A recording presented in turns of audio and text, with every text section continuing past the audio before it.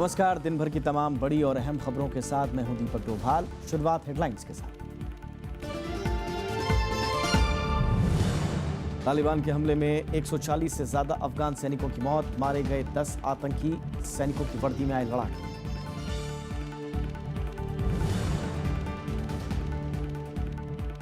दिनाकरन से दिल्ली पुलिस की पूछताछ, चुनाव चिन्ह बचाने के लिए घूस का मामला, तमिलनाडु के मुख्यमंत्री पहुंचे दिल्ली।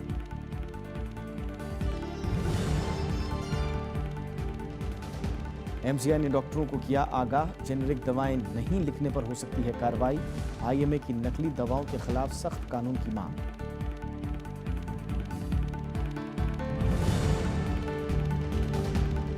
दिल्ली में नगर निगमों के लिए मतदान कल, 272 वार्डों में 2500 से ज्यादा उम्मीदवार। बरखा शुक्ला सिंह बीजेपी में शामिल।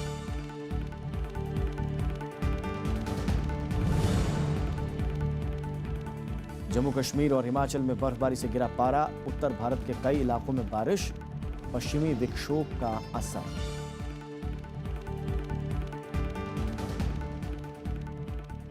अफगानिस्तान के मज़ार शरीफ शहर में बड़ा आतंकी हमला हुआ है। तालिबान की तरफ से हुए इस हमले में 140 से ज़्यादा सैनिकों की मौत हो गई। इसे अफगानिस्तान के सैन्य कैंप पे हुए सबसे बड़े हमलों में माना जा रहा है। हमले के चंद घंटे बाद ही तालिबान ने इसकी जिम्मेदारी ली। भारत ने अफगानिस्तान से बाहर आतंकियों के सुरक्षित ठिकानों को खत्म करने पर जोर दिया है। बुरी तरह जख्मी ये लोग अफगानिस्तान के सैनिक हैं जो अस्पताल में जिंदगी और मौत से जूझ रहे हैं। मज़ार शरीफ के कई अस्पतालों में ऐसी ही तस्वीरें देखने को मिल रही हैं। बीती रात तालिबानी आतंकियों ने सेना के मुख्यालय पर बड़ा हमला किया। सैनिकों की वर्दी में मुख्यालय के भीतर पहुंचकर इन आतंकियों ने अंधाधुंध फायरिंग शुरू कर दी। कई घंटों तक चली गोलीबारी में 140 से ज्यादा सैनिकों की मौत हो गई। लड़ाई में तालिबान के 10 लड़ाके भी मारे गए। हमला उस वक्त हुआ जब सैनिक जुमे की नमाज पढ़ने के बाद मस्जिद से बाहर निकल रहे थे। स्थानीय प्रशासन का कहना है कि मरने वाले सैनिकों की तादाद अभी और बढ़ सकती है।